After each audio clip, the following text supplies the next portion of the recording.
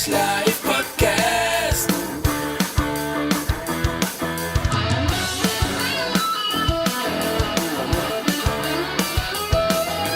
Oilerslive podcast.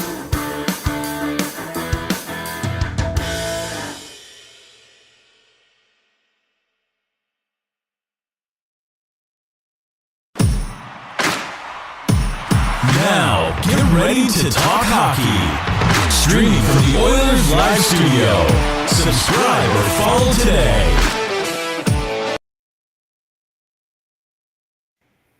Hey, it's Michael here from Oilers Live for a Tuesday edition of the Oilers Live stream. We are a friend of Edmonton Sports Talk. Thanks to Dusty, Matt, Lieutenant Eric, that gang, Tom Gazzola, all of them for having us on Edmonton Sports Talk, which is easy to listen to if you go to iHeartRadio, search Edmonton Sports Talk, or tune in radio, or just go to edmontonsportstalk.com. Or you can like and subscribe to us here at Heavy Hockey at youtube.ca/Heavy Hockey. I've got two of my favorite Wednesday night guys on for a Tuesday night. And Patrick. Your two favorite. My two favorite. My two favorite. And I've got Patrick from Oilers Fanatic and Mr. Ryan Lotsberg, senior writer for the Heavy Hockey Network, both part of the Heavy Hockey Network. Lots of exciting things happening. But we're here to talk Oilers tonight, and we actually have some news to talk about. I guess. I mean, if you want to call it news, it's just, there's a couple things. We got Stuart Skinner in the chat already, here to defend himself. A couple of great games by Stuart Skinner lately. And our friend from Dolany TV's in the chat. We should get him to join as well, right? You know him, Patrick. Yeah. Oh, I know of him. Yeah. No, he'd be an excellent ad. Yeah, for sure. We'll get you on the show maybe next week, maybe even tonight. If you contact Patrick, we could probably sub you in a half hour in or something like that. Let's start with Oilers news, because I didn't know this. I heard it first on the Oilers Fanatic. But John Klinberg, rumored pickup from Edmonton. So tell us about what you heard, what you put on the Oilers Fanatic today, the rundown. Just give us a background on this. Yeah, so earlier today, Darren Dreger with TSN put out a report that there's apparently 5 to 7 teams in on John Klingberg, who's currently UFA.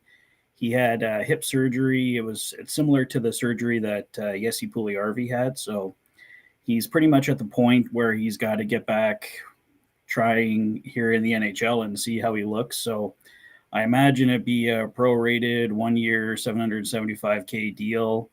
And yeah, the Oilers are one of 7 teams that have shown interest in him, and we'll see where it goes. That's pretty much the extent of it at this point. So yeah, I kind of Toronto's kind of got a log jam because that's where he was with last. And of course the Oilers don't like we have a lot of openings either, but I don't know. I kind of put in my report that I was not too overly excited about it. I mean, if we're moving out a couple bodies was my kind of point of view, and he was one of 2 bodies we were going to try, but I want to get more of a legit number 4, number 5 guy along with Klingberg.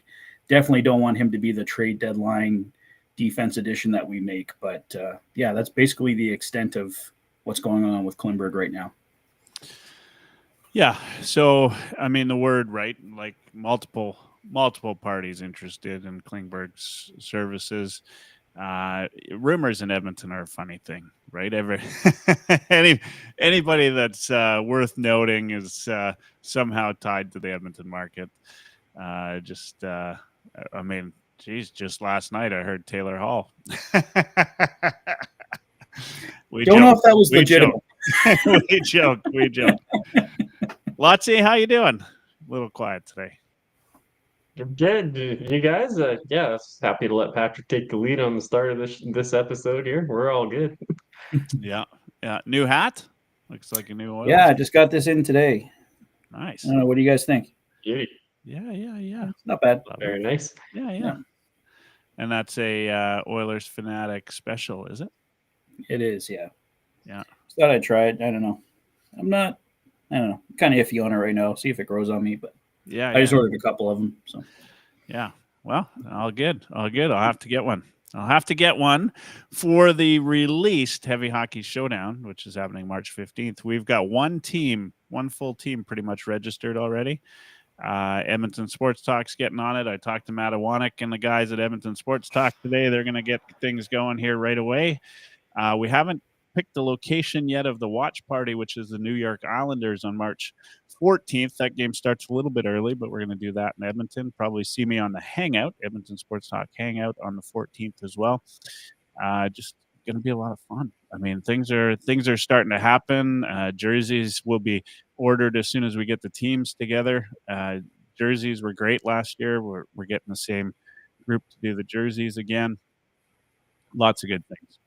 All right, let's talk Oilers hockey. First period last night. Anyone worried about the Oilers at that point? I mean, was I the only one, or like did anybody have that feeling like, we played Chicago to played against Chicago just kind of the way that they were. LA's been kind of the most elite competition we'd had in a little while, and then they looked dominant in the first. I mean, I was worried. I literally sat back and wondered, like, maybe this team, is riding a bit of a heater, and they can't play against dominant teams. But they proved me wrong. Anybody else have that feeling though early? why don't you go first, Lassie? I've been talking already. I wasn't necessarily worried. Just like I know how good this team is, and we're gonna have games like we put up against Pittsburgh and Chicago. I mean, Pittsburgh, yeah, we lost. Pittsburgh, we beat Chicago, but yeah, that was not pretty. Like we know how to play against LA, and we took care of business. Now, the Kings had some really good scoring chances on us, right? Stuart Skinner made an unbelievable save on Kempe in the first period there. If that goes in, we're talking about a different hockey game. But they shut it down for the most part, aside from that. And they found a way to get one when they needed it eventually. They stayed patient and got one. They executed the strategy perfectly against the Kings. You got to stay patient and capitalize when you get the chance and just shut it down in your own end. That's what they did. Yeah. And I think, like I said, this was more of a first period feeling for me. Once the Oilers got out of that, and I think they were the better team through three for sure. Like, they deserved to win the game, and it was all around. Like, we're not talking just some nice saves by Skinner. I mean, the whole team played well. They played really good. I mean, you got Emberson out there in the final couple minutes, right? And here's a guy we were, unsure about, but clearly, Knobloch feels like he's good enough to take a couple minutes at the end of the game, right, and be out there in important minutes. Patrick, your thoughts? Well, I think the biggest difference was we got the goaltending in the first period. I think really against Chicago and Pittsburgh, despite them being worse teams, Pickard struggled, Skinner struggled, but Skinner was absolutely outstanding last night, obviously picking up the shutout, but especially in the first, like keeping the Oilers in it, because the Oilers looked excellent in the second and the third, but it was like another bad start. Like you said, they just cannot get going right off the bat. And last night, huge props to Stuart Skinner for keeping them in it until they could get their game going. And then the whole team looked amazing in the second and the third, I thought. Yeah, and Leon absolutely broke Moore's ankles on that one. Like, that was sick. Leon is next level this year. Look, I'll just come out and say it. He's the best player on the team right now. And it's just night after night. Like, he's phenomenal, and he's got, you take Podkolzin and Arvidsson and you make them your best line, right? Like, that's a guy that's elevating the players around him, right? Like there's no other team in the league that would have put Colson and Arvidsson on their top line. And arguably that's our top line right now, right? That's not how it Let's shows remember up that on. Arvidsson was out too. Yeah, Arvidsson that's was right. out for a good month there at least, right? And great players elevate other players, right? And Draisaitl just night after night, makes the guys around him that good. He's just so smart with the puck. It's everything from the way he picks it up on the boards and his as we saw last night, like his speed is it reminds me of watching Mario Lemieux. Like Mario sometimes didn't seem like he was skating, but he was passing people, And Draisaitl's the same. He's fast.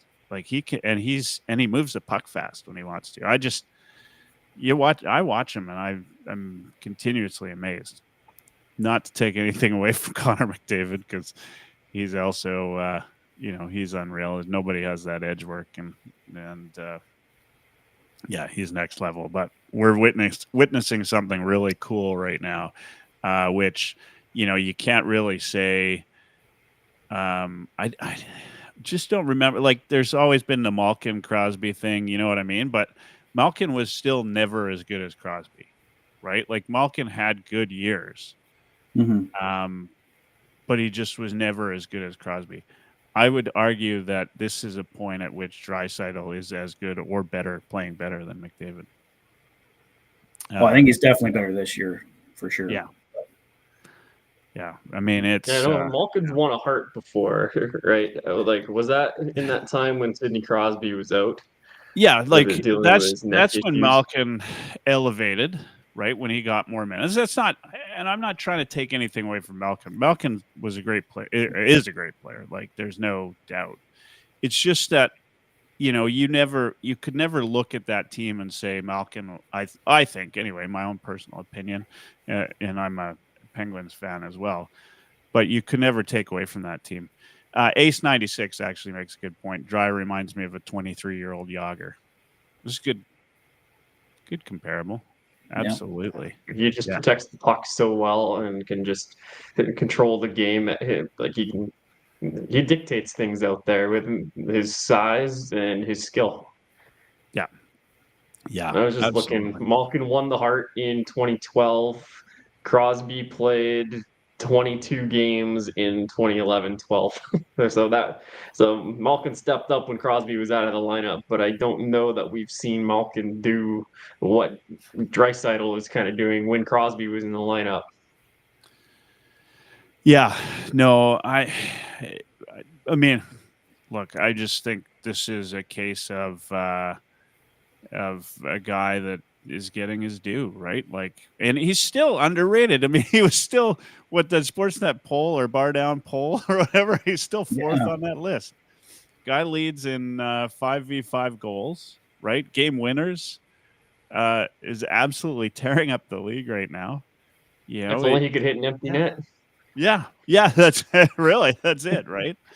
Like, I mean, what does he need to do? I always argued when he scored the 50 goals that year, the first time, I argued he was the least talked about 50 goal scorer in the history of the league. And there's only one, and we know the reason. I mean, you play on a team with Connor McDavid, but he's now proving he doesn't need McDavid. He stands alone. He does what he does. In fact, he elevates his game when McDavid's not around, if it's possible. Right? Yeah, just outstanding. I got a notification today in my by the way, more Oilers news. Noah Philp recalled from the Condors earlier this evening in Atlantic time, but more late afternoon Alberta time. The Oilers recalled Philp from the Condors. He's got 9 goals, 8 assists in 28 games with Bakersfield. Looked really good. Played, limited minutes when he did play. Good on faceoffs. I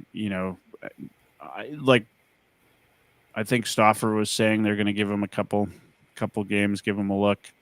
Want to talk about obviously the Jeff Skinner situation tonight, because this is absolutely wacky in my mind.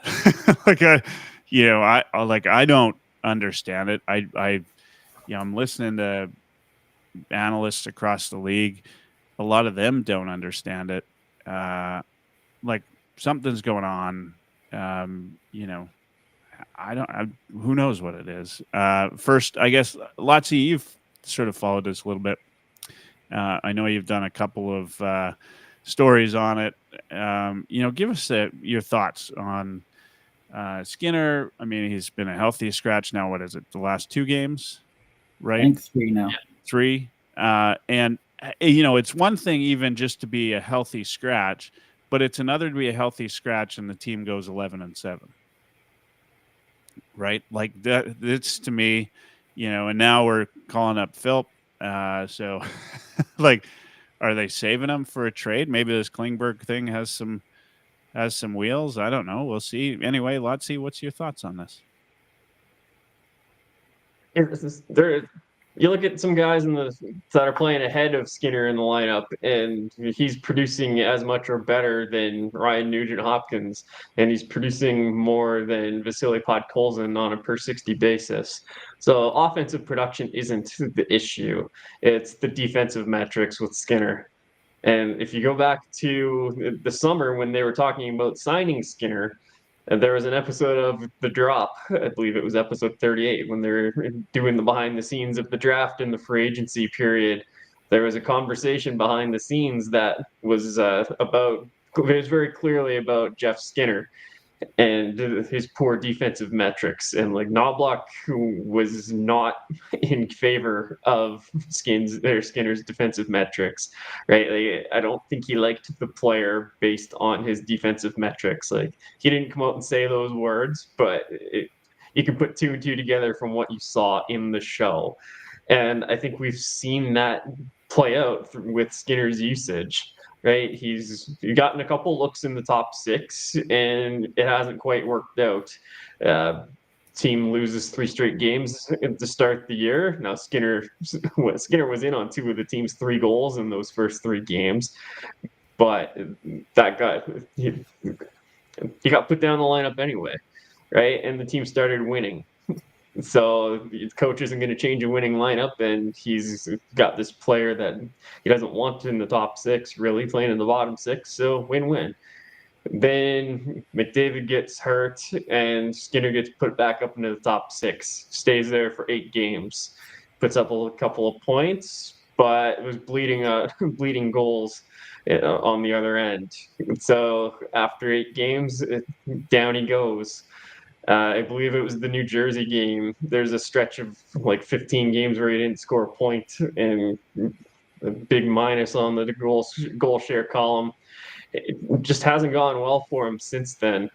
So yeah, he's chipped in a few goals here or there and kept his offensive production per 60 up above some others that are ahead of him in the lineup. But Vasily Podkolzin's a better defensive player than Jeff Skinner, and he does a lot of the things that. It's the little nitty-gritty things that Skinner just can't do, right? Is that a reason to put him in the top 6 ahead of Skinner? Not necessarily, but so for me, it just boils down to Knobloch doesn't like Skinner and his defensive game. Yeah. Okay. Your thoughts, Patrick? Because I got my. You know what? I'll say my thoughts. You can respond to them because they're a little bit different than Ryan's. Maybe about the same. I mean, to me, this just boils down to Knobloch, right? Like this is less about. There are other guys on the team that are as bad, if not worse, defensively than Skinner, and they're getting better minutes. And Skinner's putting up better goals. Right? Like he's putting up better offensive metrics. I think this is a case of, when the police got their suspect and they make the evidence fit the crime, that's what Knobloch's doing here. He never wanted Skinner to begin with, and he's going to make everything Skinner's fault. He's never given him a fair shot at anything, right?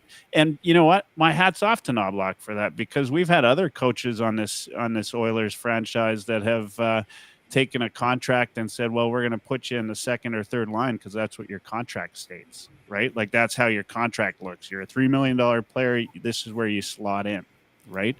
And they'll do that until they're blue in the face. Whereas Knoblauch, he's got a system that he thinks this is how it works. And hey, I'll say this is that you don't argue about winning, right? Like it's just, the Oilers are winning. Skinner's not playing, so it is what it is. It's Knoblauch's team. It's up to him now to make sure that he puts and if you're Knoblauch, you've got these thoughts about Skinner. You put him in the lineup and you lose.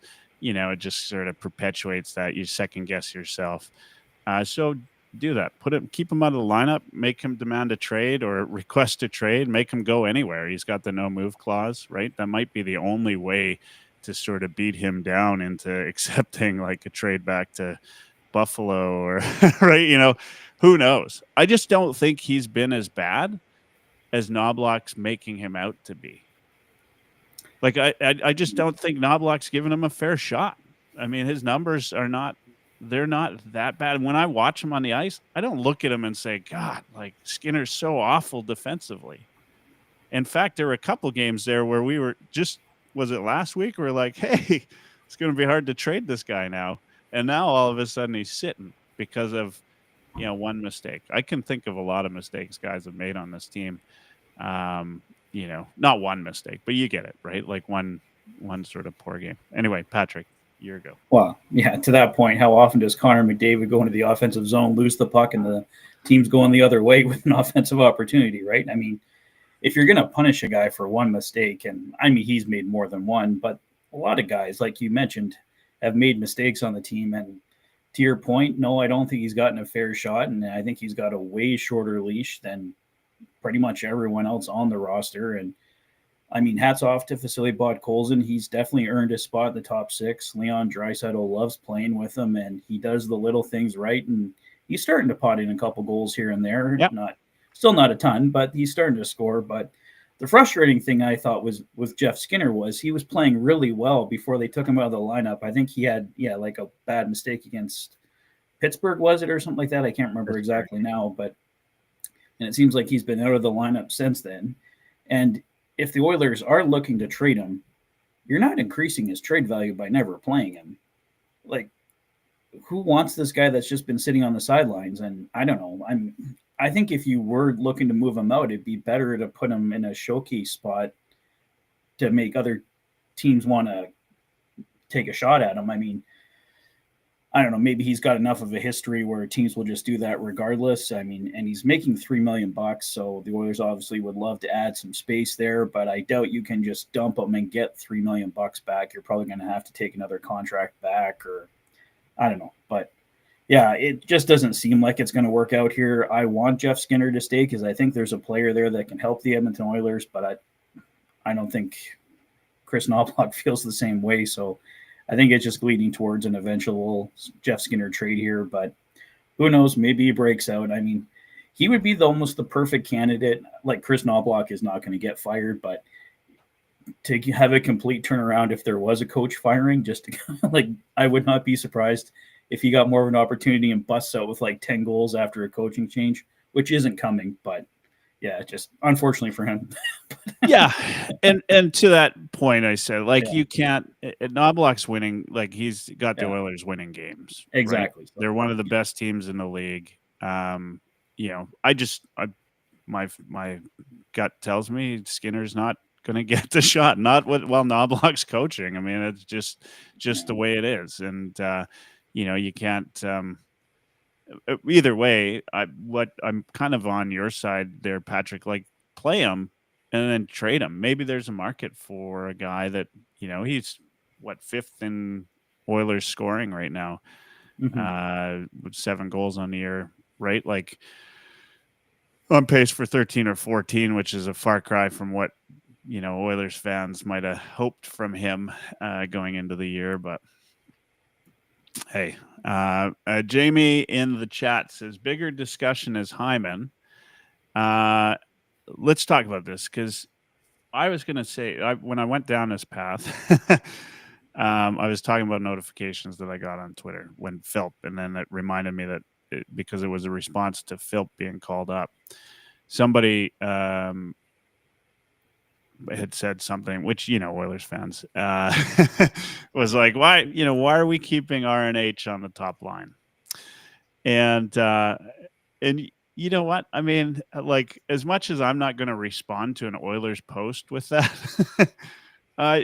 it's not a bad question, right? Like, That's a valid question. in fact, over the last 3 or 4 games, what have we seen? We've seen the Oilers go to the nuclear option quite a few times lately, right? Mhm. And what that means is RNH gets dropped down to second or third line, right? And I don't it's a really good question. I'm not going to put it Jamie, I hate to steal your thunder. I don't think the big discussion is Hyman, because I think Hyman's kind of got his, like, wherever you put Hyman, he's noticeable on the ice, right? Like he's like Podkolzin, except he scores more goals, right? Do you know what I mean? Like, he's a guy that can go get the puck, do all those things well. I'm just not seeing that from Nuge, and it's sacrilege to say anything wrong about Nuge, but at the same time, I think we need to. It might not be about saying something poorly about him, but I think we need to put him where Knobloch should utilize him somewhere else. Thoughts on that?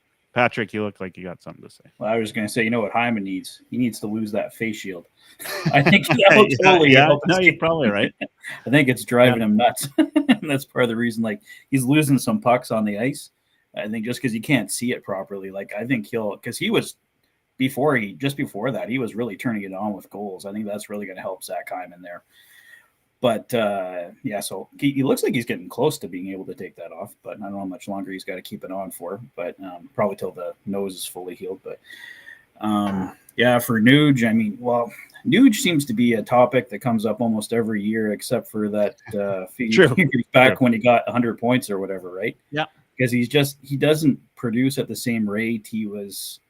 No one was producing on the power play early in the season, and I don't know. Maybe it's time you move him down the lineup. I mean, got to keep Nuge forever, right? I mean, that's the thing. Nuge isn't going anywhere, but maybe he shouldn't be playing in the top 6 as much. Maybe somebody else should be getting that opportunity. So Ryan, I mean, you're a stats guy. You look at these lines, you look at utilization.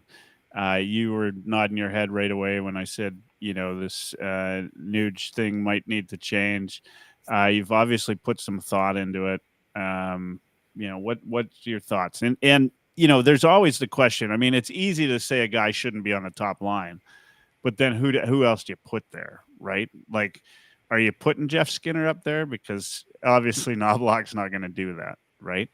Knobloch might not. Knobloch might not, but I certainly would think that would be a reasonable. You got a guy like McDavid could get a guy like Skinner moving, right? So thoughts on that? I mean, on Nuge, on Hyman, the whole deal. So I first kind of pointed out in my piece that I did on Skinner and his relationship with Knobloch right around Christmas time, right at the tail end of the Christmas break. Just pulling up my article here. Nuge is at 0.27 goals per 60 and 0.68 assists per 60 at 5-on-5. Both of those rates were lower than Jeff Skinner. Right, so like he's not even producing as much as Jeff Skinner on a points per 60 basis. And Podkolzin Skinner's better than Podkolzin in that range as well. So like Nuge and Podkolzin are producing at comparable rates, right? We know Podkolzin's gotten a lot of time with Dry this year, and we've been unhappy with his production offensively, right? We praise him for his effort and what he does defensively, but no one's cheering him on for scoring 20 goals, right? Nuge is at that same sort of level right now. This is a former 100-point player as recently as 2 years ago. Right.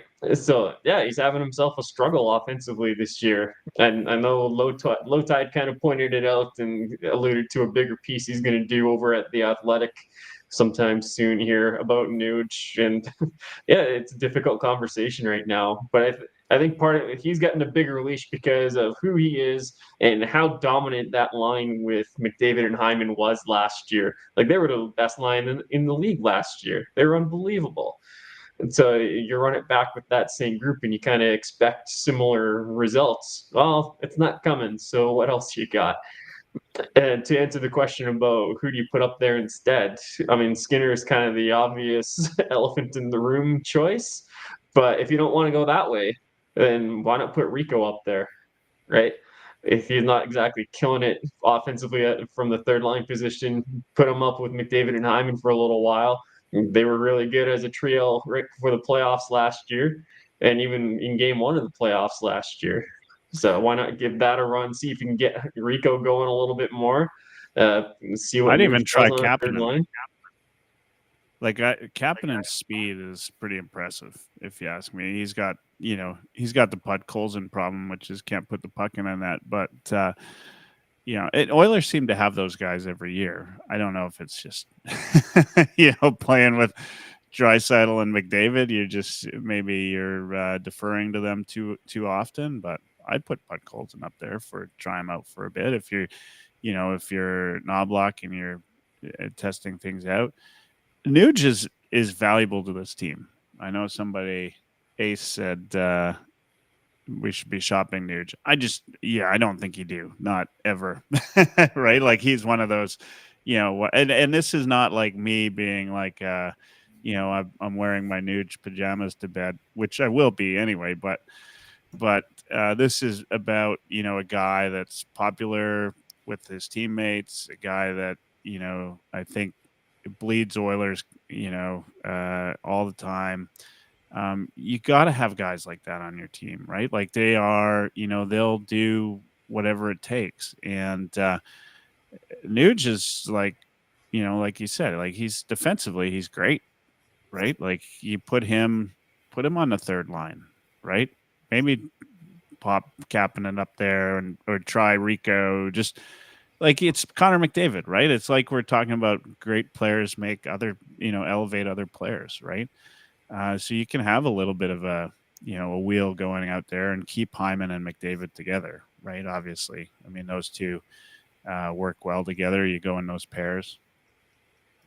So that's kind of my gut on it.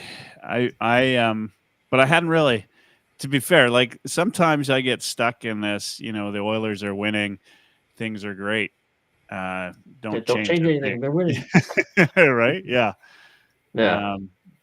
The great thing about this team and the way it's built is we have a lot of guys who can moonlight in the top six if we need them to. Like, Kapanen, we've already seen him do it at times this year, and he was good. Right, he's about as good as Pod Colson, right? Not scoring at about the same rate. So, like, Perry could go up there for times if he needs to, right? And we've right? seen Janmark Perry's go up played there. with No, I don't love Draisaitl that, and but McDavid. we've seen it. Yeah. Like, I'd say probably Derek Ryan's the only guy that I wouldn't feel comfortable having in the top six for any stretch of time. Derek Ryan, big fan of the show, by the way. Used to be, anyway, until minutes ago. Yeah. Yeah, no, I mean, that's exactly it, right? You can throw a couple guys in. Robin Taylor in the chat says Nuge third line setter, Noah fourth line setter, Kapanen first line, and wait for Evander. I mean, there is the Evander Kane situation, which we'll also talk about. I was going to be doing and just want to point out for all the folks out there in LA that are going through that. If you've ever been through anything like that, it's incredibly stressful. Even if I've been evacuated through a couple of disasters in my lifetime, and I've been lucky enough not to have them affect me personally, like my property and that. But the whole procedure, everything about it, the not knowing what's going on, and all of that, it really just, it's like, instant trauma going through that. And I was going to do an interview with our friend over at Puckpedia, Hart, this week, but his family's been affected from potentially being in an evacuation zone and that, so we're going to wait on that. But of course, Hart he redid the redid the numbers in terms of how the Evander Kane situation works out. Ryan, you understand the cap situation reasonably well. You know Hart's post there from Puckpedia.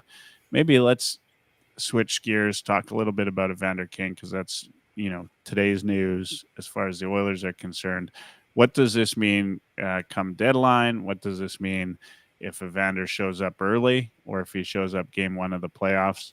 And why is this also the first time that I've heard that the NHL actually investigates whether guys are because I just feel like that I've never heard that before when it was not the Oilers. But I found out, and they say they've done it before. I just never heard about it. I feel like all of a sudden, oh yeah, we're investigating to make sure that I don't know. Anyway, well, they were going to go to Vegas, but the flight got canceled. That's right. There you go. Or they got distracted. Ryan, give us a little. Vegas. Give us a little bit of cap knowledge, cap education. It's a lot of ones and zeros and everything for me. So tell us what you know. Yeah, absolutely. So we remember that Evander Kane was placed on LTIR on October 8th, right at the start of the season. And that set the Oilers LTIR pool at basically $53 below the cap plus Kane's $5.125 million salary. So that was kind of the maximum amount of space that the Oilers could create for themselves. Basically, that was as close as they could get themselves to the cap before they got Kane on LTIR. So that was the biggest pool they can make for themselves. The game plan for Bowman was always to accrue cap space. So basically, all that meant was that Kane is going to be on LTIR, but the Oilers were never planning on using that LTIR. They were wanting to stay below the league's $88 million salary cap so that they can accrue cap space. So what that means is that every single day that a player is on the roster, he gets charged for a daily cap hit, right? You take his AAV, divide it by the number of days in the season, which this year is 192, you get a daily value. You add all those daily values up over the course of the 192 days, and that's how you get your salary cap spending for the season. So you accrue cap space every single day that your daily cap hit is below the league's cap hit, right? If like every day if you take all the average annual cap hits for all the players on the roster and every day it's below the cap, you accrue a little bit of cap space. Okay. So the Oilers, as of when this was all going down at the end of last week, they were on pace to accrue about $242,000, somewhere in there.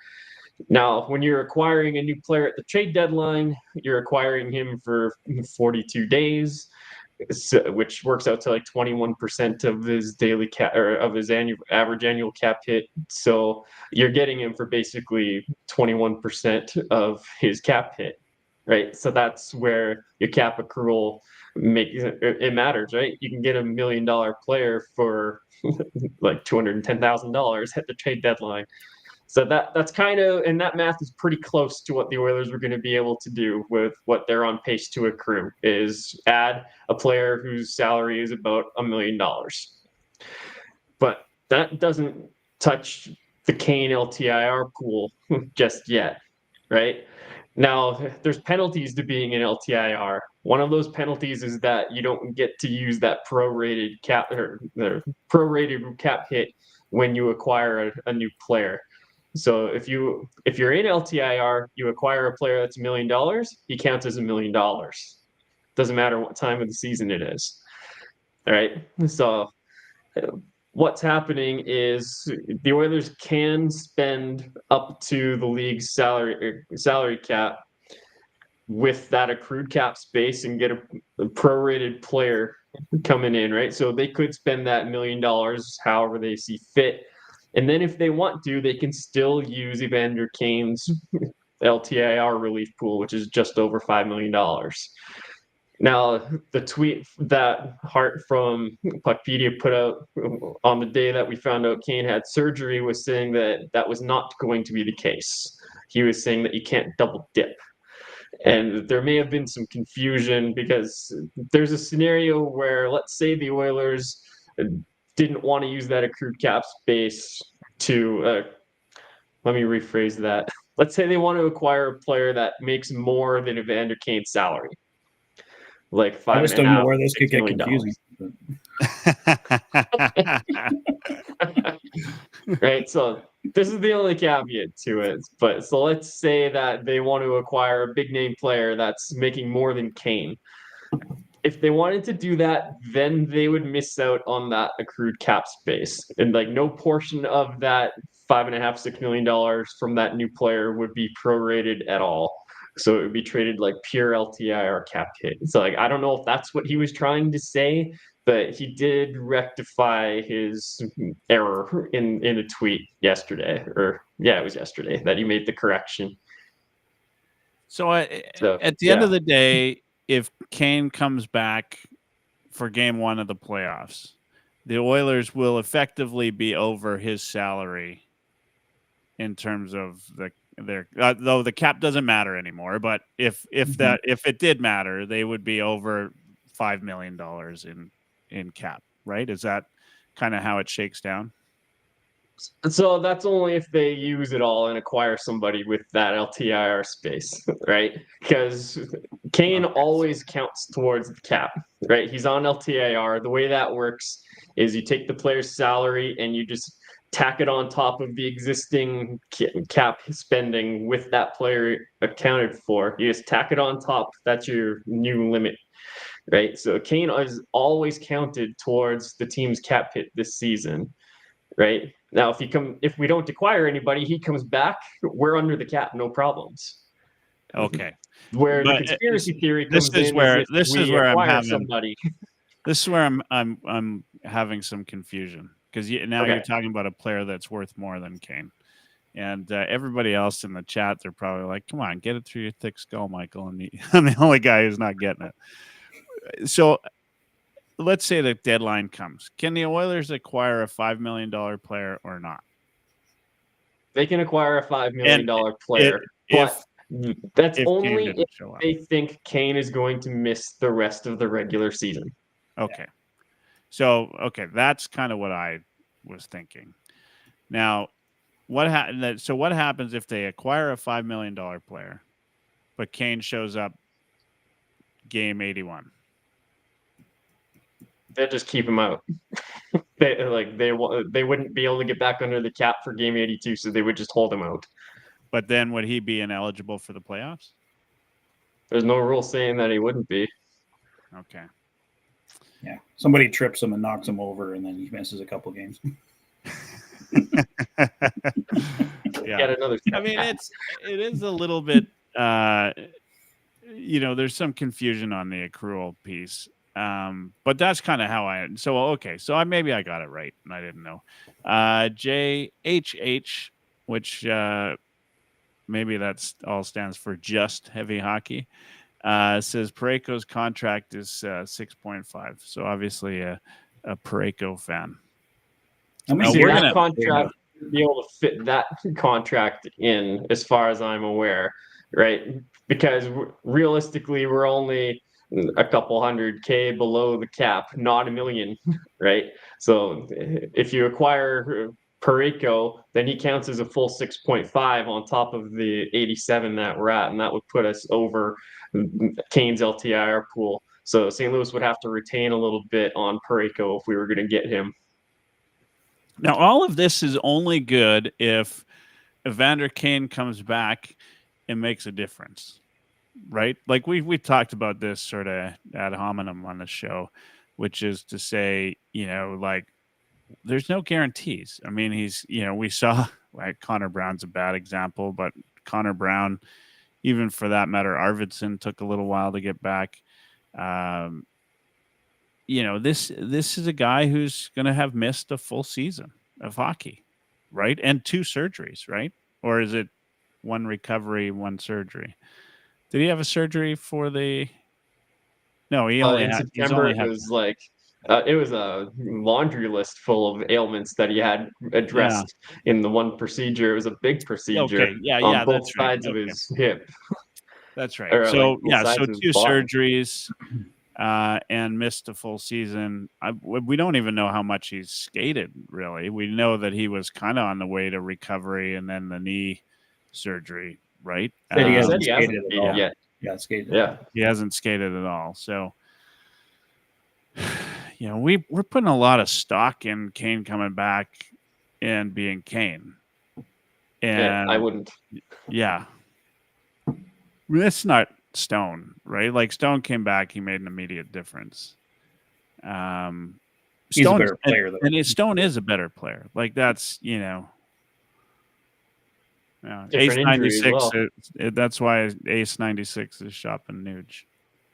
You might be the most unpopular person in Edmonton, Ace. But yeah, no, look, okay. So Ace 96 did talk about Oilers' needs. Oilers' most needed is a top 4 solid vet D who's under 30 years old, likes to hit. We're gonna be talking about this soon. Like, what are the Oilers actually looking for, right? If Evander Kane, the Oilers might have an idea of what Evander Kane's coming back, right? Right, like they might, in the back of their head, they might be thinking what we're thinking, which is he's not going to come back as a second line or first line player, right?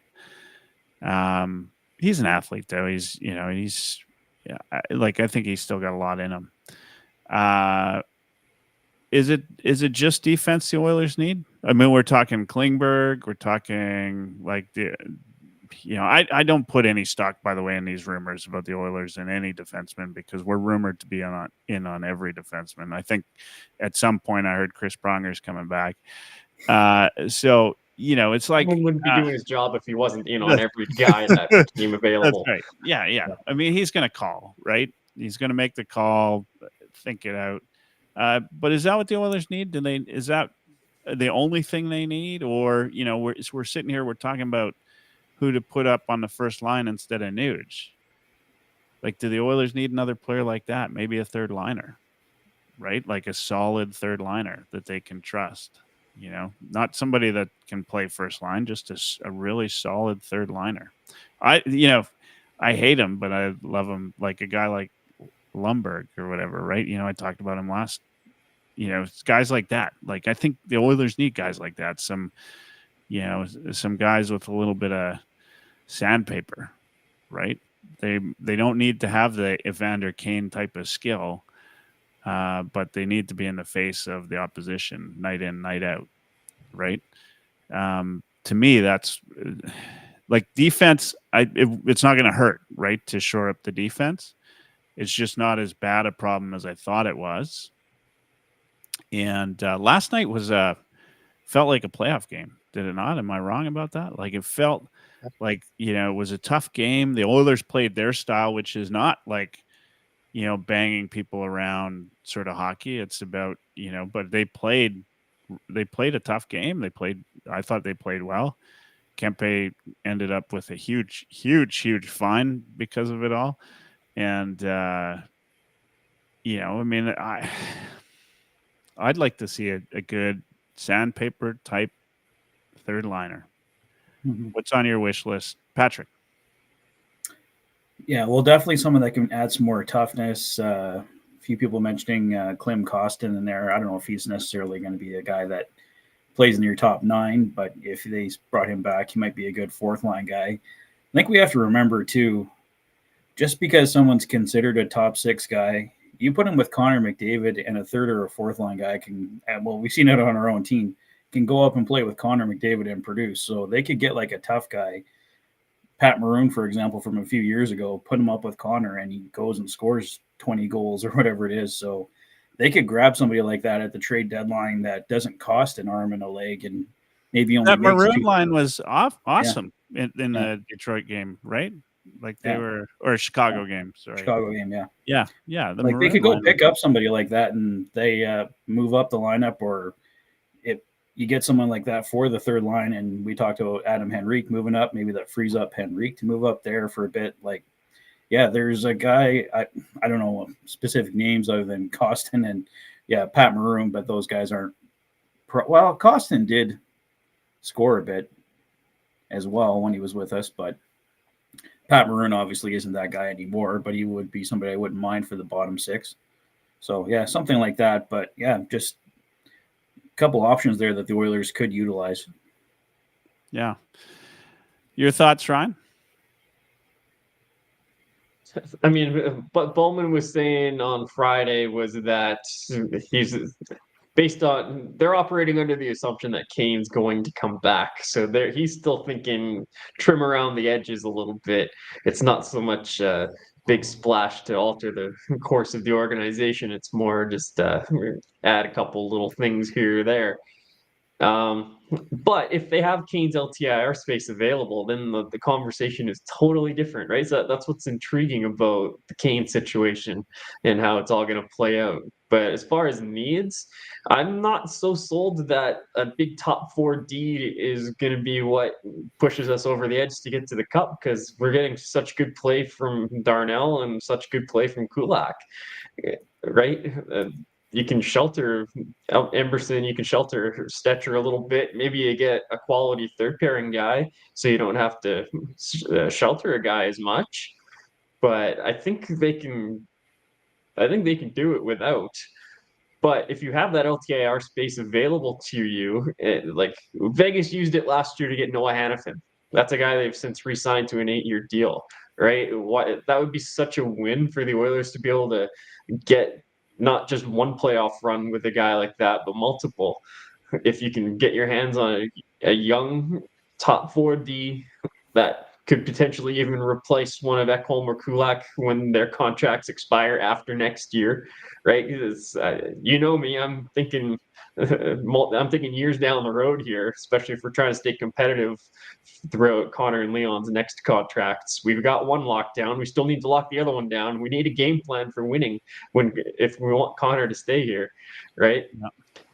So I'm thinking long term as well as this year. But if you can get a top 4D that'll help you down the road and help you right now with Kane's LTIR space, then I'd be for that. But I'd probably looking to tinker with things up front a little bit. Jeff Skinner hasn't worked out the way you wanted. So Nuge isn't producing. Podkolzin is doing what he can do up there, and the line is effective. But ultimately, you want someone who's producing more in the top six. So why wouldn't you try to add a top 6 wing if you can? Or maybe a third line center, and that frees Rico to move up, right? I don't know. Like, there's lots of little things you could do, but lots of different ways you can go with it. It's going to be an intriguing deadline. I'm not against, look, I mean, the name comes up because he had some success here. I'm not against Klim Kostin. And we all know that San Jose is not against dealing with Edmonton. Right. So, and I think Kostin's up UFA next year, so it's like a rental. If he provides value to you, great. If he doesn't, so be it, right? Like, he's gone at the end of the year, right? I was originally thinking at one point maybe Jeff Skinner for Kostin, just because San Jose can't retain anymore. And they were pretty close in money, because I think it was $2 million for Kostin, $3 million. Yeah, it's $2 million for. But that would be contingent, of course, on Jeff Skinner agreeing to go to San Jose. But I was just gonna say, is he gonna waive to go to that tire fire right now? I don't think so. Look, he's a UFA though. Like, it's not like he has to stay there long term or anything. Yeah, and Skinner, buddy, came here to play in the playoffs, right? Yeah, that's what he wants. That's true. Yeah, but he'll get a chance to play. Like, he could get a chance to play power play time there, right? Like, he could get a chance to, play with Celebrini, right? Like, it could be what Skinner needs to get him a contract next year. Right now, he's not getting a contract next year, right? Like, where's he going next year? Nobody's watched him play. This is costing him, in my mind, this is costing him a couple $1 million sitting there and playing. What do you guys think about Brandon Tanev? A lot of people bringing him up in the chat. Yeah, people do. Like, He's really popular in Seattle, though. Is Seattle going to move him? Yeah. And what's his? That's what I wondered. Yeah. He's up for he's up for our UFA, right? Next year, is he? Yeah, I believe so. Yeah, I'm looking it up right now. I mean, Tanev is. I would have liked to get the other Tanev. Tanev is the kind of guy I think people would really be excited about, just because he skates fast and he's physical, right? Those are his tools. He'll chip in a little bit of offense every once in a while. He's like a younger version of Cassian. That's the kind of the way I view him.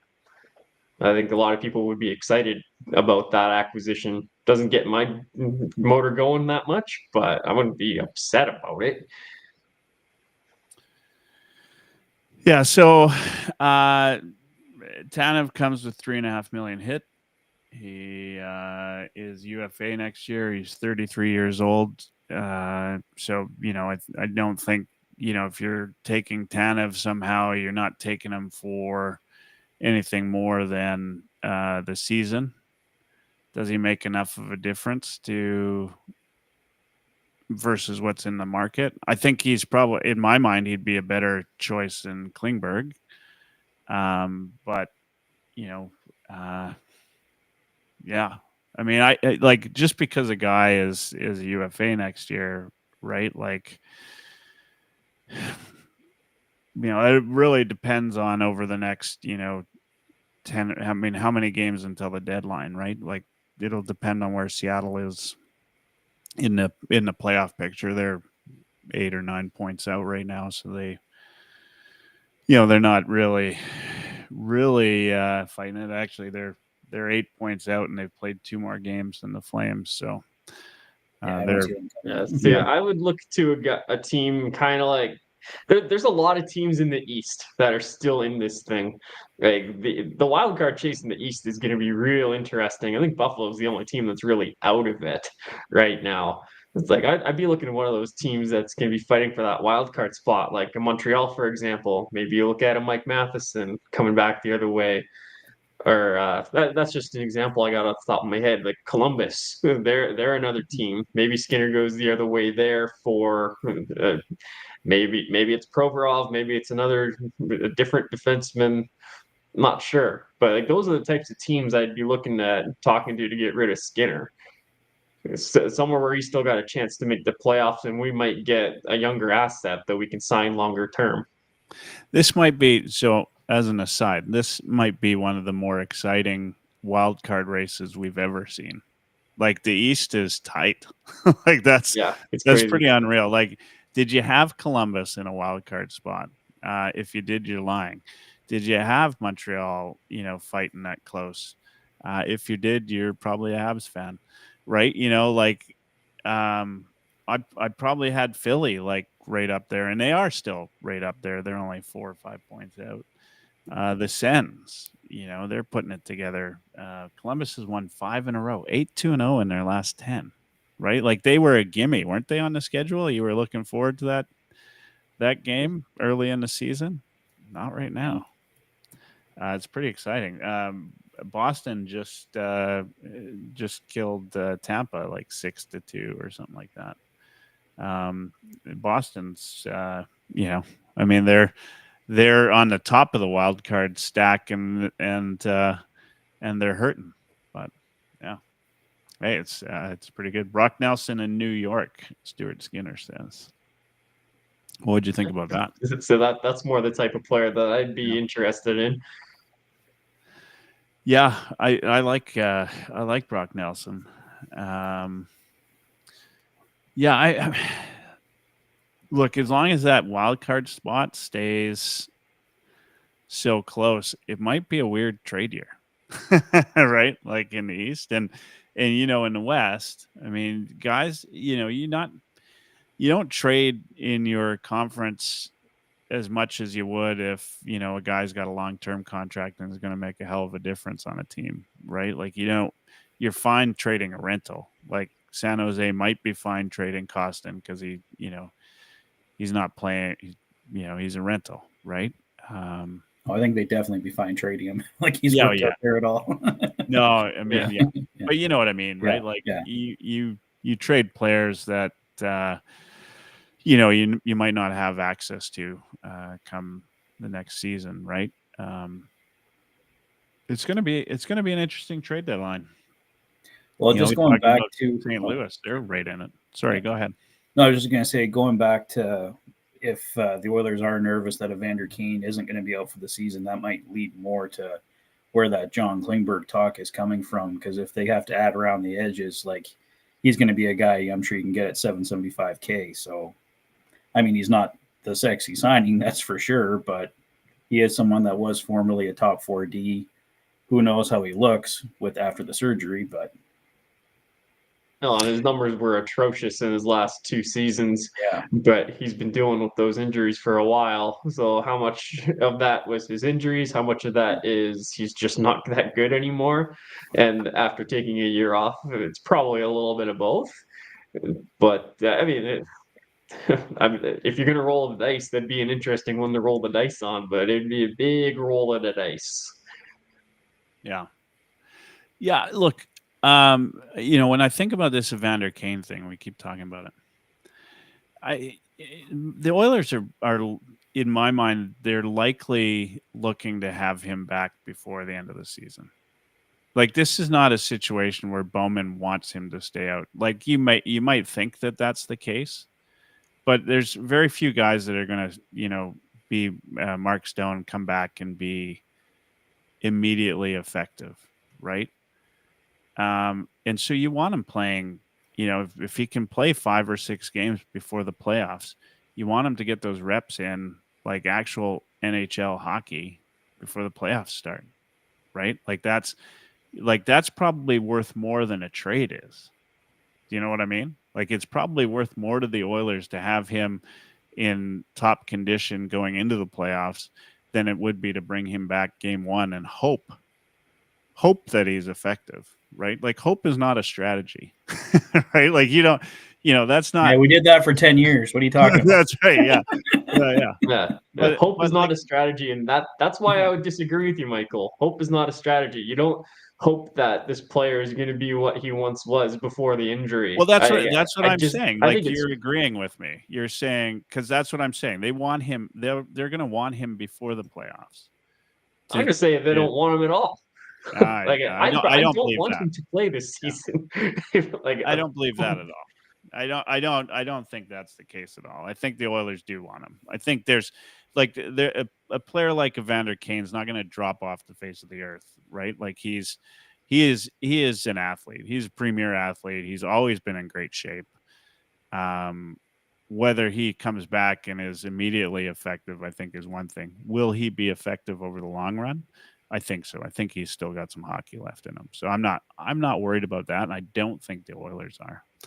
But I do think they would be worried about how effective he'd be if he came back game 1. I think the worst time that Kane is going to have for the rest of his career is going to be in the first year or 2 after this injury. And that's what the Oilers are dealing with, right? He could go on to have a few more successful seasons, but I think it's going to get real dire as an Oiler. Like, I don't think those successful years are going to be in an Oilers uniform. And I certainly don't think that success is going to come for him this season. Even if he comes back, I don't think his skating is going to be the same as it was before, right? Like, I'm just thinking about Sean Monahan. Like, he went through similar surgeries several years ago now. It took him 3-4 years to get back up to full speed. Last year he was great. This year he's been really good. But before that, yeah, took him a minute to get back. Right. Yeah, I'm really worried about the push Monahan aside, and he's older right? when he's going through these injuries. If there's a little bit of a wind, Monahan's pummeled into the boards, right? Like, he's just not a big guy. Evander Kane's a tough guy, right? Like, he's not Sean Monahan. Like, and he's not, nobody's asking him to score at the rate Sean Monahan scored at either, right? Like, they're two vastly different players. Monahan has one talent, right? Like, he's a goal scorer. There's no sandpaper there. He's guys that love sandpaper hate Sean Monahan, right? Like, that's just there's no room for him on your team if you want somebody with a little bit of grit, right? Like he's going and that's just the case.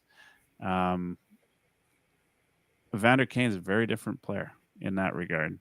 So I don't think that, whether they had the same surgeries or not, I think they're going to have vastly different trajectory. And what we need from Evander Kane is a guy that goes out, lays out some hits, gets in the face of the opposition.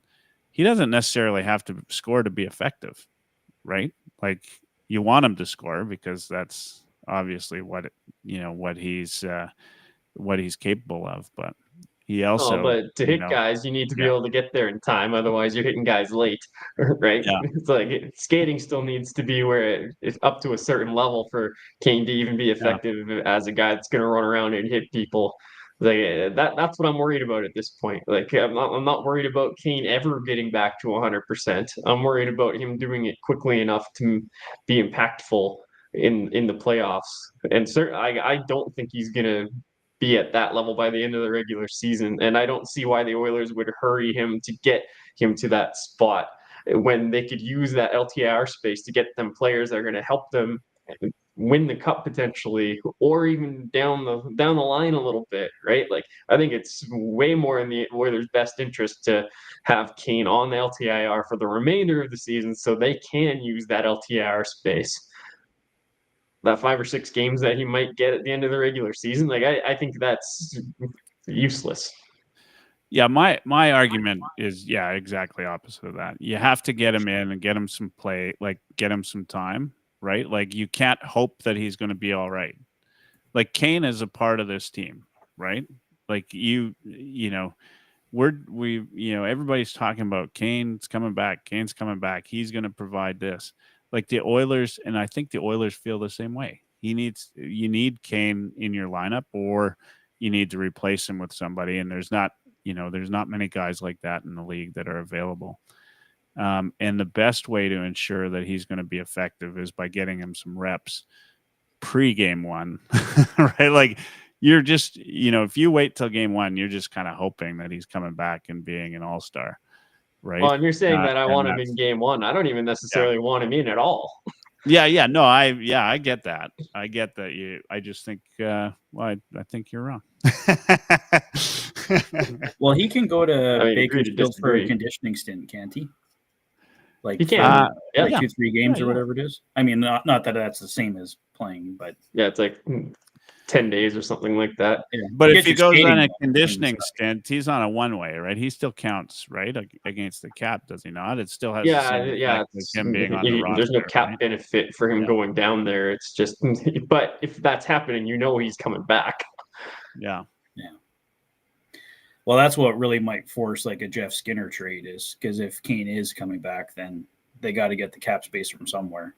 So maybe they throw something extra in a Jeff Skinner trade to ensure someone takes the full $3 million without having to take any money back or something. Yeah. And you're a couple million short of Kane right there if you move out Skinner for $3 million. The whole Jeff Skinner thing scares me a ton because when you got a guy like that who you're not playing, who frankly, like as a GM, you could argue that I have no idea what I'm getting with Jeff Skinner. Right? Like if Bowman calls me up and says, "Hey, I got this, great goal scorer, Jeff Skinner," I say, well, if he's so great, why is he not playing on your top line? Right? Do you know what I mean? Like, and how come he's only on pace for 14 goals this year? Like, give me something more. Right? Yeah. Well, we know why that is. Everybody knows why that is. But then, what happens is a GM then says, well, I'll take Skinner and that $3 million off your hands because you really need that off your hands. But, you might have to throw in, I don't know, Lavoie or, right? Like, you're going to have to sweeten the deal here if you want something from me. Well, you have to call Vegas for Lavoie. But Yeah. Or not Lavoie. It's good. They can have them. I mean, yeah. Wrong letter. But you know what I mean, right? Like you got a guy like that, and it's like the former Oilers. They were always making trades out of requirement, and right now we're getting into that situation where the Jeff Skinner trade is becoming a requirement. Right? Last week there were a couple of games where it wasn't a requirement anymore, and I think he had some trade value, and then all of a sudden you're sitting him healthy, scratching him. Now it's a requirement again because that's all you're talking about. So as a GM, I'm less likely. Like you're not in a position of negotiating power anymore. And all that, and what that means is you're not getting the best deal. And I don't love that. And the Oilers need to move. They can't sit there with a $3 million contract on the books and do nothing with it. That's the only thing that, they've got to do something with it. Yeah, no, if they're keeping him, they got to play him. You can't keep healthy scratching a $3 million player. Like you have to either showcase him.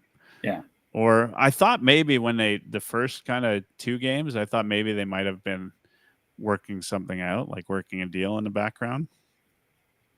Maybe they may have. We just could have felt might still be doing for some reason. Yeah. Yeah.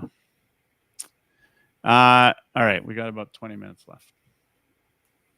I don't even know what we've talked about tonight. We talked about Ryan.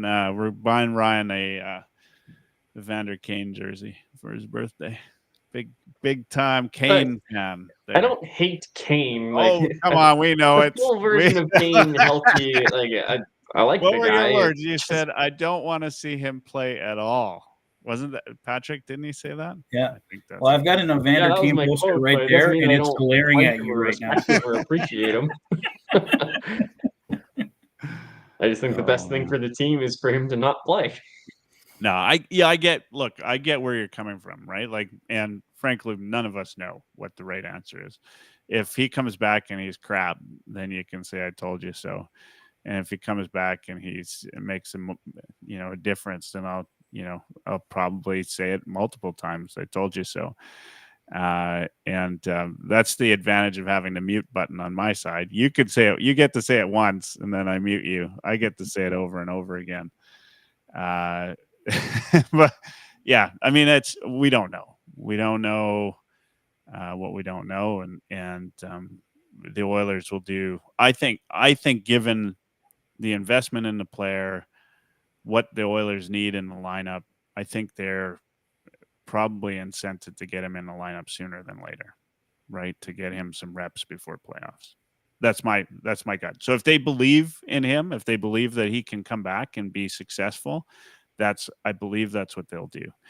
If they are more inclined to think the way you're thinking, which is altogether possible, then they're going to, slowly sort of, drag the left foot and wait until game 1 and then maybe not play him at all. Right. Who knows? Right. And did you see the little clip from Sarah Valley today saying that the Oilers have all the necessary paperwork to just in case the NHL comes at them about Kane? Well, yeah, and it felt like a little bit more than just in case, didn't it? Like when he said that, it felt like the NHL was actually investigating this. Yeah. I don't know. And it's almost as if they were prepared for that possibility because they had a sense that this might happen. Yeah. Oh. All right. Oilers schedule coming up. We got about 15 minutes left. We've got Minnesota tomorrow night. And we got a back-to-back, actually. Tough back-to-back. Mm-hmm. Right? In fact, we talked about this last week. Minnesota tomorrow. Kind of early game.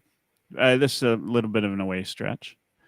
Minnesota, then Colorado. Colorado, that to me is a highlight game. Look, we talked about how important this Kings game was yesterday, and I thought it was. And I thought that the Oilers answered the call. I was worried the first period, as I mentioned. but man, I was really what I love about this team, and I think is the reason why they made it to Game 7, is people don't give them a credit enough credit for winning in different ways, right? And they've shown that this year. They won back to back without McDavid scoring a point, right? They're winning 1-0 games, right? They're winning the 6-5 games. They're doing whatever it takes to win games, and it doesn't matter, who the competition is. And don't kid yourself, LA is a really good team. I think they're much better than they were last year. They're going to be a tough opponent, right? Everybody talks about Doughty coming back. Maybe he's going to be like Evander Kane. We'll see. Doubtful. Doughty will make a difference. Okay. Minnesota, tomorrow night, Gustafsson is getting a start, is my understanding. Good team. Really good team. Thoughts on this, guys? What, Patrick? Thoughts on, okay, so until next week, we've got, other than the Canucks, which, I'd be happy if they just sit down and call the rest of the season. Minnesota up tomorrow night, then Colorado. That's going to be a good game. Then Vancouver, and then Washington. Take us through how you see this stretch. Give us what you think the record's going to be, and which is the game you're most looking forward to. All right, Minnesota. So we beat them like 7-2 last time. Was that at home? I can't remember. I think was it there. was. That was there, yeah. Yeah, it was there, right? Yeah. And then we got Colorado on the back-to-back. I'm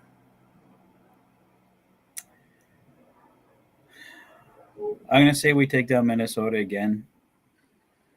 Might fall to Colorado. Take down Vancouver. And I'm going to be at the Washington game, so I hope we take the Washington game too.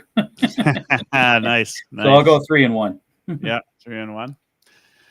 All right. What's the game you're probably most looking forward to? The Washington game, because you're going to be there. Also, I mean, this is, you know what, I'm hoping for it. I hope this is the season now that Ovi breaks the goal scoring record. And now, you'll be able to say, I watched him that season. Right? Yeah.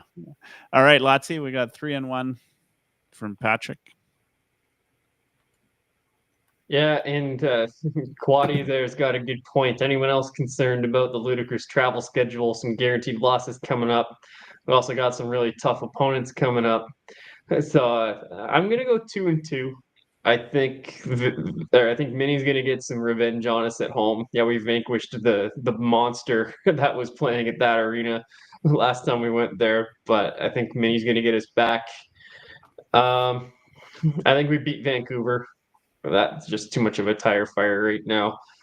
And we got Colorado and Washington in there, two of the teams that are ahead of us in the President's Trophy race, which sounds crazy to say that we're in the mix for that, but it shouldn't be. But I think we'll split those games. So I'll say Colorado beats us and we'll beat Washington. Good man. Yeah. I mean, look, you guys, I think this is a pretty easy call, right? Like, Colorado is going to be tough. They're at home. They are not playing the end of a back-to-back. They're on a long home stretch. They came back and won tonight against the Rangers at home. They're on a tear. They're looking really good. Although, you know what? Like, if the Oilers won the next four, I wouldn't be surprised. I hate calling that, because I feel like every time I say, they're going on 4-0 stretch, they'll do something silly like the Pittsburgh game, right? You know what I mean? So I think 3-1 is. I think they're going to do well in Vancouver. I just think Vancouver, right? Like this. Also, Edmonton matches up nicely against them, and Washington should be a fun game to watch. I'm looking forward to out of all the games, though, I'm looking forward to that Colorado game.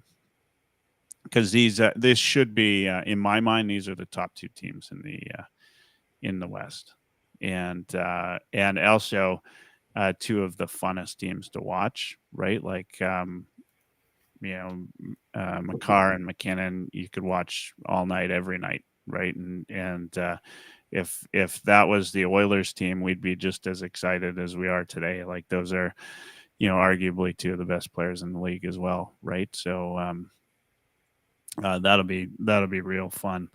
So I'm going to go 3-1, and a little bit jealous that you're going to be able to watch the Caps on next Tuesday.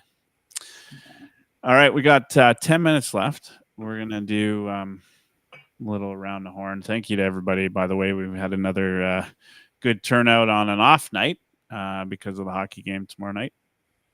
Thanks to Edmonton Sports Talk again for having us on as a friend of Edmonton Sports Talk. So you can listen to us at edmontonsportstalk.com, at iHeartRadio, on iTunes, or not iTunes, TuneIn.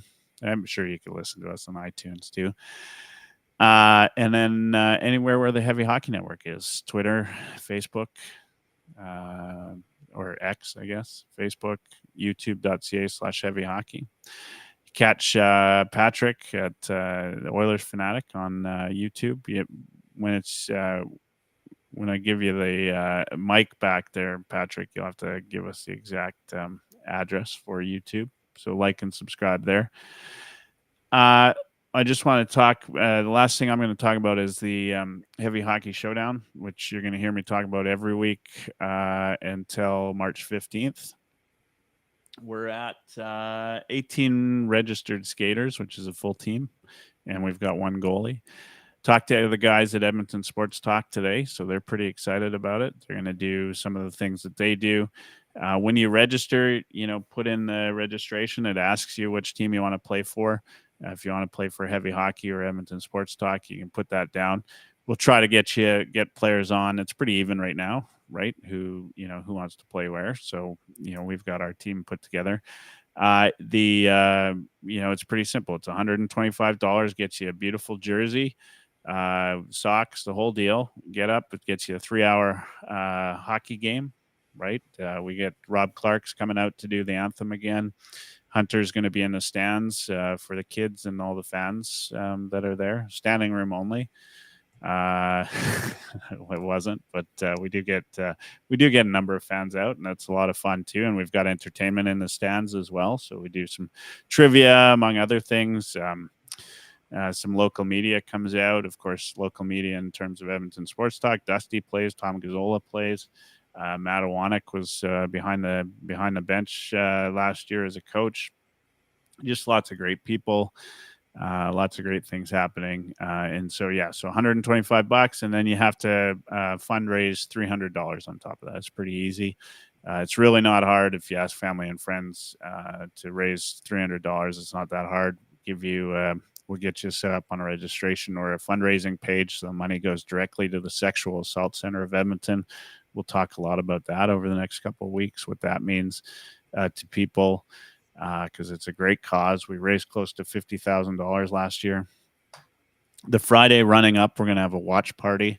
We'll do that. We'll co-host with Edmonton Sports Talk, locations TBD, and we'll have Oilers memorabilia, among other things there. Lots of great stuff.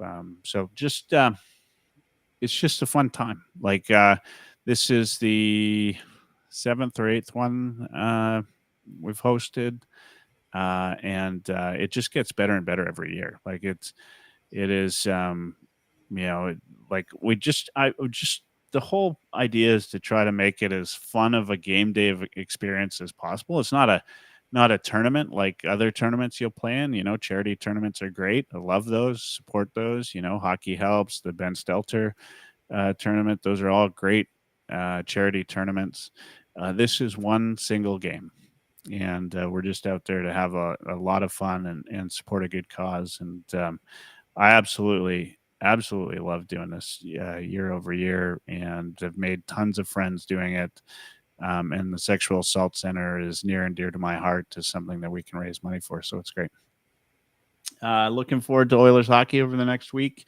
And as Quaddy and everybody else talks about, it's going to be a long stretch of games, of course, with the Four Nations Cup coming up. It's going to be crazy. how many games the Oilers have in. It's going to be exhausting for all of us. Right? We're gonna TV is going to be on non-stop. Yeah, my eyes are going to be real sore. That's right. That's right. All good. And I think next week, Dash will be back. It should be. I think I'm not sure where he's at right now. He was on a cruise.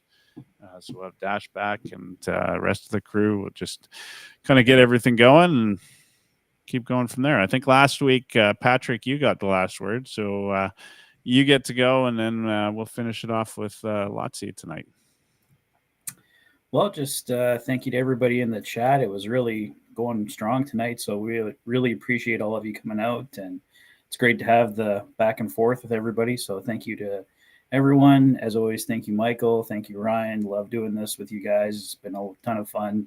Definitely cannot wait for that heavy hockey showdown. It'll be my first one, so really excited for that. And you can find me on X, on Blue Sky, on Instagram, at Oilers Fanatic YT, and of course on YouTube at the Oilers Fanatic, youtube.com at Oilers Fanatic. Awesome. As always, thanks for everybody for tuning in. And like Patrick said, the chat was on fire tonight, which is awesome to see. We've been seeing a lot of that on Oilers Live lately, which is fantastic to see and be a part of. So we appreciate you. And let's just say my bit about the showdown as well. I'm signed up. I'm registered. I'm going to be fundraising over the next little while as well. Now, this is 3 hours of ice time we're talking about, and this is not a body that is ready for 3 hours of ice time. So there's going to be a little bit of training involved. So I'm going to be working for my my donations that I get this year, and you'll just have to stay tuned to my socials over the course of the next little while to see exactly what that's going to entail. But I'm also going to be doing a little bit more, sharing a little bit more information about SACE and what they do this year as part of my fundraising.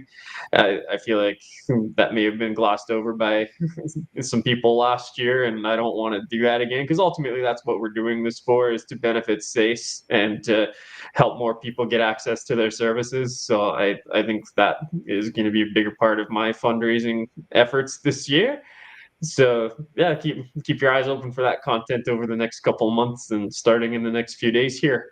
But aside from that, thank you to all of you for tuning in, and thanks to everybody at Edmonton Sports Talk for the opportunity to be on here. It's a pleasure to do this with you guys.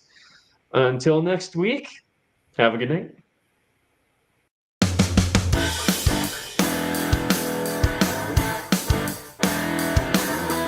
Oilerslive.